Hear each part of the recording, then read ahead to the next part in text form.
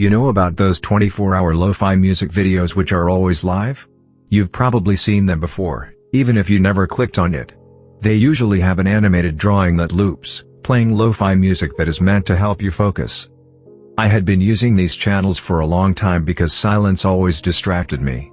But having my normal music playing in the background would also cause me to get distracted, often causing me to start singing along to the lyrics. Lo-fi music found the healthy balance between the two. It was interesting sounding enough to keep my brain engaged, but not so much that it would stop me from working. During quarantine, things became extremely lonely, and I would find many ways to distract myself from the thoughts. Though I had friends to talk to, I missed meeting new people. One night, I was sitting at my desk drawing, with lo-fi music playing in the background. I noticed that next to the YouTube video was the live chat. At first, this didn't surprise me, as every live video has a chat. No, what caught my attention was that the chat was actually talking. I was curious because I didn't see the purpose in typing on one of those chats. Seeing as it was just lo-fi music, there wouldn't be much to comment on. Now completely distracted, I looked up at the screen to find that the people in the chat were actually talking to each other.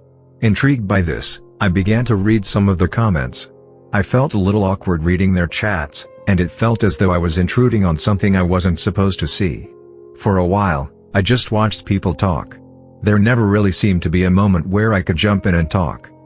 That was until a user by the name of Arrow33 just commented, "Hi," with a smiley face. I realized I probably could have done this to begin with. Since it seemed other people were ignoring the comment, I decided to take the chance to reply to them, responding with a simple, "Hi." I was surprised to see them respond back immediately with a, "How are you?" After that, I began chatting more with people on the chat, and I found myself coming back every day, around the same hour, to chat. I had never done anything like this before, and after chatting for a while, it started to feel as though I was only talking with them, and no one else was watching. We would sometimes joke when someone was lurking. I think some did it to see if people were talking badly about them. But overall, the community was really a kind and amazing place. I talked the most with Arrow33. We talked about a bunch of random things, and I was finally happy again to have new people to talk to, even about the most trivial things. I didn't realize how personal things got, until it was too late. One late night, we were all chatting, and I think Arrow33 was the one who started to ask things about whether or not we have ever attempted something bad, or if we were in an okay mental state. People began sharing immediately and so openly, I was honestly a little shocked. After all, these were still strangers on the internet. But I decided to talk more about myself. The questions became more personalized and targeted towards me. Asking questions about my personal life, how my childhood was growing up. The more questions asked, the more I began to open up, while still being somewhat evasive. It got to a point where the questions were getting very uncomfortable. And people were confessing their deepest confessions. I won't go into detail about the sort of things discussed, but I can say that that night took a pretty dark turn. More people logged off from our group, and eventually it was a few lurkers, me, and Arrow33. I don't know why I stayed on, I guess I was desperate to interact with people. Arrow33 started talking to me, saying how they were sorry that the questions got a little too intense, but they understood my struggles and wished they could be with me right now to give me a hug. They kept pushing this notion to see me, which I no longer found comforting, and I rather found concerning. I tried to give a diplomatic answer, without trying to seem rude, but also not to give anything away about my possible location. And I decided to log off for the night. After that, I decided to stay away from the chat for a bit. Everything felt a bit too real, giving out personal information, everyone saying how they wanted to meet up, and people talking about creating a Discord for us to talk separately on. I was very distrusting, especially on the internet, so I wanted to get away for a while. But during that time, things around the house started getting weird. It was small at first. The yard lights would be triggered, and I would get a notification on my phone. I brushed this off because I figured it was likely an animal or fallen branch, and those lights were quite sensitive.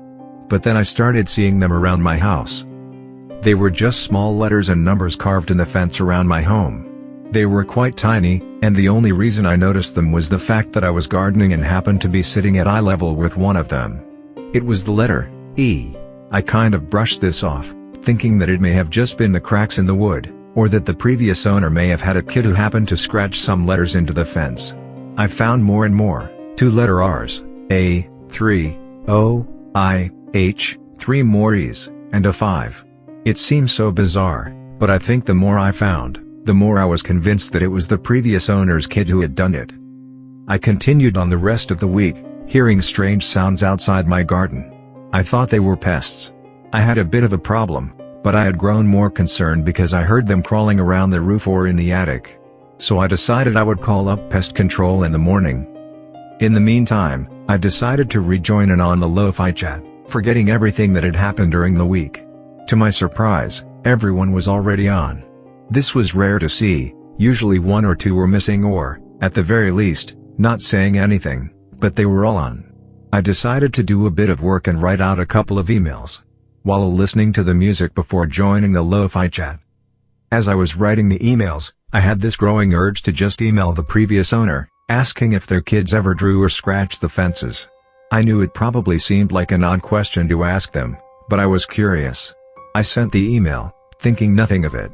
I then went on to the lo-fi chat. I was about to say hi to everyone, when I noticed what they were typing. It was weird. No one was having a proper conversation. Maybe it was some sort of game? They would each type only one individual letter, alternating different letters each time, so that they wouldn't be banned for spam. Because so many others were typing, it was hard to really interpret what they were doing. One just typed an A, another typed E, and then a random chat appeared. And then, other people would repeat the same letters again. I didn't get this game, but they kept doing it, and I felt left out. I was about to type in the chat when an email blinked on my computer. I opened the message, and to my surprise, it was the ex-owner. I didn't expect them to reply so soon. I opened the message, and I heard those damn pests again, scurrying along my roof. It sounded like it was coming right outside the window. I would definitely call pest control tomorrow. I read through the email, and I could feel myself tense. I froze, rereading the message over and over again. I couldn't stop. Hey! Just got your message, does the fence have damage or something? I'm not sure exactly what you mean by scratches or drawings because I certainly didn't make any. I don't think any kids could have done it though, they can't get into the backyard, and I don't have any kids. Perhaps a wild animal? I don't have any kids. The words repeated and ringed through my head over and over. If the owner didn't have kids, then where did those marks come from? And come to think of it, I had gardened in that same area so many times and never saw anything. How would I have not noticed that? Those damn pests started scratching the roof and tapping on the window, trying to get in the house again. Something wasn't right. I went back to the lo-fi chat, and then I saw it.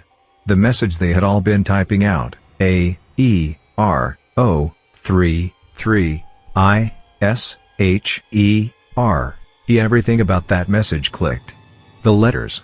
That 4th E wasn't an E, it was a backwards 3, that 5 wasn't a 5, it was an S right there in front of my face. The messages spelt out, Arrow 33 is here. Everything made sense now. Those lights turning on in the middle of the night, the scratching at the roof. Tap. Tap. Tap. I didn't dare look over to the sound. I was freaking out, and that goddamn tapping wouldn't stop. Then a message popped up from Arrow 33. Look, followed by a smiley face. I knew exactly what they meant. I slowly turned to the window. There, perched on top of my roof where the window could see straight out, was some big shadowy figure sitting there. And all I could see was a pale face with sunken eyes and an awful grin that pressed up against the glass. I screamed and ran out of my room. I locked myself in the bathroom, calling 911. As I spoke to the operator, giving my address, they told me that the police would be there in 5 minutes. I anxiously waited in complete darkness. Suddenly, the silence was interrupted by the sound of a window smashing open. I then heard footsteps stomp across the creaky wooden floors. I was terrified, just praying that I would survive. The footsteps got closer to the bathroom. They stopped right outside the locked door. The police would be there any moment now. I just had to stay in there for a minute or two. I then heard a sound that still haunts me today. The sound of the bathroom window slowly opening behind me. I turned around and saw a tall, thin figure standing right outside the window, slowly pulling it up. I couldn't discern much of their features, but I think that they were wearing some kind of hood. I wanted to scream, but I managed to keep it in. I had only seconds to escape before they would start climbing into the bathroom. I turned around and swung the door open hard, knocking into whoever was on the other side. I then dashed towards the front door, not looking back. As I did, I saw another intruder in a dark room that I was running past. As I sprinted out the door, I was met with flashing blue and red lights, together with the sound of sirens. I ran towards the officers and hid behind them. One of them stayed with me, while two others searched the house. After they had searched everything, they were sure that the intruders had escaped. I moved soon after that. I couldn't live there anymore. The police later said that it was likely a cult of some kind, finding vulnerable people online. I don't know what could have happened to me. I just know that I'll never talk on a live chat again.